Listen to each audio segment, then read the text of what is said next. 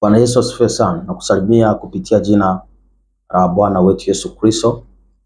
Mimi ndugu yako, rafiki yako, Pastor Philip Rwendela Gregory kutoka jijini Dar es Salaam, Chanika, Tanzania. Popote unaponifuatilia, leo ni tarehe 4 na tunajua kabisa siku zimesonga sana. Muda umeenda, bado siku chache tuweze kufunga mwaka huu na kumaliza na kuingia mwaka mwingine. Kwa neema ya Bwana wetu Yesu Kristo, nimekuwa kwenye maombi muda mrefu. Leo nikiwa hapa kwenye chumba changu cha siri, kuna kitu Mungu akaniambia. Akanifundisha kwa habari ya moyo wa msamaha. Na akaniambia kabla ya mwaka huu kuisha, niwafundishe watu kwa habari ya moyo wa msamaha. Kwa sababu tunapokwenda kufunga mwaka na kuanza mwaka mwingine, ni muhimu sana ukawasamehe wote waliokukosea. Mimi ni mchungaji, nimekaa kwenye huduma. Naelewa kuna watu ambao wakishakosewa ni ngumu sana kusamehe. Lakini nataka unisikilize vizuri sana, wewe ambaye huwezi kusamehe, nikusaidie katika hili. Kwa sababu moyo wa kusamehe ni moyo wa Mungu. Moyo wa kutokusamehe ni moyo wa shetani. Moyo wa kusamehe ni moyo wa Mungu. Moyo wa kutokusamehe ni moyo wa shetani. Kuna watu wanasali, wanaomba, wanaabudu, wanatoa sadaka, wanafunga, lakini kuna vitu wameviweka moyoni. Kuna namna ambavyo wameshindwa kusamehe kabisa. Kuna namna ambavyo wameshindwa kuachilia kabisa. Bwana amenituma ili nikueleze hizi habari njema. Nataka nifundishe kitu ambacho kinaitwa moyo wa msamaha. Moyo wa msamaha. Twende pamoja upate kunisikiliza kitu ambacho nataka nizungumze kuhusiana na moyo wa msamaha. Lazima ujue kusamehe ni muhimu na kusamehe ni lazima. Kwa nini kusamehe ni muhimu na kusamehe ni lazima? Kwa sababu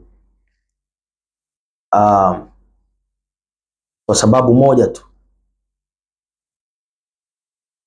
Kwa sababu moyo una kazi moja tu kubwa sana. Kazi ya moyo ni kusukuma damu. Ndio maana watu wengi wanakufa kwa pressure. Ndio maana watu wengi wana vinyongo. Ndio maana watu wengi wana uchungu. Ndio maana watu wengi wana hasira, kwa sababu wameweka vitu moyoni. Moyo kazi yake ni moja tu, ni kusukuma damu. Ukiingiza vitu vingine kwenye moyo, hauwezi ukastahimili. Lazima utapata madhara. Lazima utapata matatizo. Bwana Yesu asifiwe sana. Sasa nataka nikufundishe kwamba moyo ni kitu cha kulinda sana. Kwa sababu kutokusamehe ni moyo wako hutaki kusamehe. Na kutokusamehe kuna kwenda kukupeleka sehemu ambayo sio nzuri. Ni muhimu sana kufanya maombi juu ya moyo wako ili moyo uweze kusamehe. Kwa sababu shetani anachong'ang'ana. Kwa nini hutaki kusamehe? Kwa sababu shetani amekung'ang'ania ili kuhakikishia kwamba majibu yako kwa Mungu yasipatikane, maombi yako yasifike kwa Mungu. Kwa sababu Mungu anatembea na watu ambao wanasamehe. Nitataka nikupitishe kwenye vifungu mbalimbali vya Biblia. Ukisoma kitabu cha Waefeso sura ya 4 mstari wa 26 hadi 27, Biblia inasema muwe na hasira ila msitende dhambi. Jua lisichwe na uchungu wenu bado hujawatoka, wala msimpe ibilisi nafasi. Kumbe mtu asiyesamehe anampa ibilisi nafasi. Mtu anayekaa na vinyongo anaishi anampa ibilisi nafasi. Mtu ambaye amekosewa miaka miwili iliyopita, mitatu, minne, mwezi mmoja, miwili, mitatu, siku 2, 3, 4. Biblia inasema ni kweli mwanadamu una hasira. Kuna mwanadamu asiyekuwa na hasira. Lakini Biblia inasema tuwe na hasira lakini tusitende dhambi. Na jua lisichwe na uchungu wetu bado haujatutoka. Maana yake mtu anapokusamea asubuhi, kufika jioni anapokukosea asubuhi, kufika jioni msamehe, ili usilale naye. Jua lisichwe, mtu wa Mungu, usifike naye asubuhi, kwa sababu kwa kadri unavyombeba mtu ndivyo unavyozuia utendaji wa kazi katika maisha yako. Na huo ndio mlango pekee ambao umefanya watu wengi washambuliwe na shetani. Na hii inazungumza kwa watu ambao wameokoka na ambao hawajaokoka. Kuna watu wameokoka lakini moyo wa kusamehe ni ngumu. Akikosea anasahau hata mazuri ambayo mtu alishawahi kumfanyia. Kama ni mke ndani au mume, kama wakikosana, anasahau mazuri yote, anabeba jambo moja ambalo ni baya. Ukiona mtu anamwona bana anabeba, yani ulishawahi kumtendea mambo 20 mazuri, lakini kwa bahati mbaya ukamkosea. Ulipomkosea akayafuta 20 akabeba 3 mabaya. Nataka nikwambie hakuna mwanadamu aliyekamilika. Tunakamilishwa kwa njia ya Kristo. Biblia inasema kwenye kitabu cha Warumi 3:23 kwamba sote tumetenda dhambi na kupungukiwa utukufu wa Mungu. Maana yake hakuna aliye perfect. We are not perfect, but we are perfect because we believe Jesus Christ. Watu wa Mungu, nafasi pekee ambayo shetani anaitumia na moja pekee anaotumia kushambulia maisha ya watu ni kutokusamehe. Biblia inasema jua lisichwe. Sasa ninavyozungumza kuna watu mmeweka watu miaka 2, 3, miezi, wiki, siku. Ndugu yangu, kabla ya mwaka huu kupinduka, Bwana amenituma nikwambie kwamba samehe. Wanafunzi wakamfuata Yesu, wakasema, mwalimu, ndugu yangu akinikosea nisamehe mara ngapi? Yesu akasema 7. Akasema tena sisemi 7 tu, 7 mara 70 sawa sawa na 490. Kwa siku moja mtu akikukosea msamehe mara 490. Ile wewe umekosewa mara 1 au mara 2, mpaka leo utaki kabisa kumsikia mtu, utaki tena kuzungumza naye, utaki tena mawasiliano naye, utaki hata kwenda kwake. Yani kila kitu kimevurugika. Nataka nikwambie, utakapoona moyo wa kutokusamehe umeingia ndani yako, funga na kuomba, kwa sababu ni kifungo kibaya. Na wakati mwingine shetani anaweza akakupa kujihesabia haki kwamba mimi ndio nilikosewa. Sikiliza, Mkristo wa kweli anaachilia. Yesu akasema samehe 7 mara 70 ndugu yangu. Nami nakwambia samehe huyu aliyekukosea, huyu aliyekutenda. Kama ni mume alikusaliti msamehe, kama ni mke alikusaliti msamehe, kama ni mtoto alikuumiza msamehe, kama ni mchungaji wako alikuumiza msamehe, kama ni mshirika wako alikuumiza msamehe, kama ni ndugu yako alikuumiza msamehe. Samehe mwana wa Mungu 7 mara 70. Bwana amenituma nikueleza habari hizi kabla ya mwaka huu kuisha, kwa sababu Yesu ana mpango na wewe. Mwaka kesho hawezi kufanya vitu vikubwa juu ya maisha yako, lakini kila anapokuja anaona moyo wa kuto kusamehe. Ni muhimu sana wana wa Mungu, tenga muda kuombea moyo wako, uambie moyo tulia, moyo nipe kusamehe, moyo nipe kurejesha. Bwana Yesu asifiwe sana. Daudi wakati anaomba kwenye Zaburi ya 51 mstari wa 10, Biblia inasema Mungu niumbie moyo safi, uifanye upya roho iliyotulia ndani yangu. Moyo safi ni upi? Moyo safi ndio aliyosema Yesu kwenye Mathayo 5:8, eli wenye moyo safi maana hao watamwona Mungu. Moyo safi ni moyo unaosamehe, ni moyo usiotunza hasira, ni moyo usiotunza makosa. Huo ndio moyo safi. Na moyo safi ni tiketi ya kwenda mbinguni. Moyo safi ni tiketi ya kujibiwa na Bwana. Moyo safi ni tiketi ya Mungu kukusikia maombi yako. Mungu akupe moyo safi katika jina la Yesu. Ninakuombea moyo wako usamehe, uwe na moyo safi katika jina la Yesu Kristo mwana Mungu aliye hai. Moyo safi. Mwenye moyo safi anapokea majibu yake kutoka kwa Bwana. Moyo ni kitu cha ajabu sana. Moyo, Biblia inasema ya mtoka mtu ndio yajazayo moyo.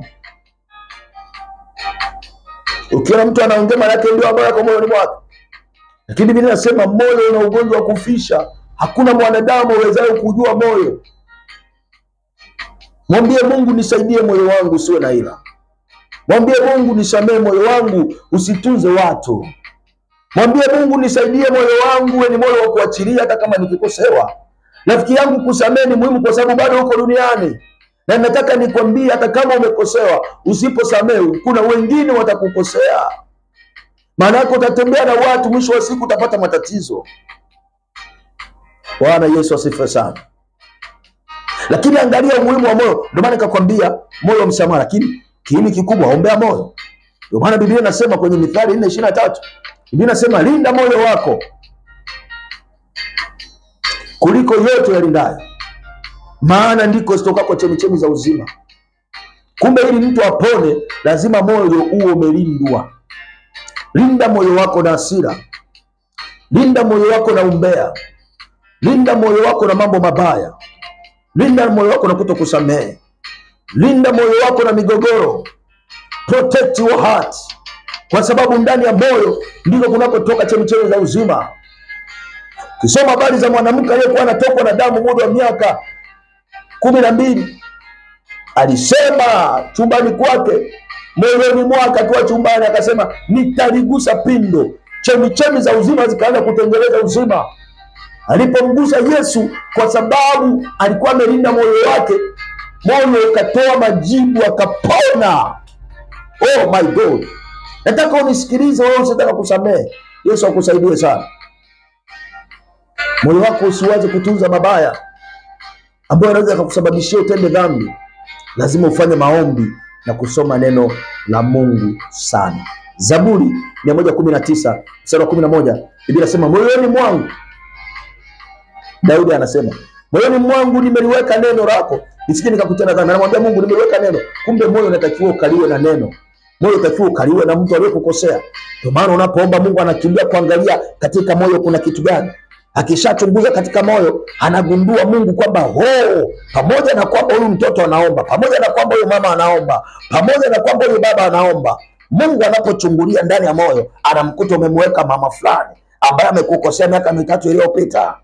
Lakini Daudi anajitambua, anakula neno la Mungu, ameweka neno la Mungu, ameondoa maadui zake wanaomtesa. Anasema moyoni mwangu nimeliweka neno ili nisije nikamtenda Mungu dhambi. Nawe kuanzia leo weka neno la Mungu katika moyo wako.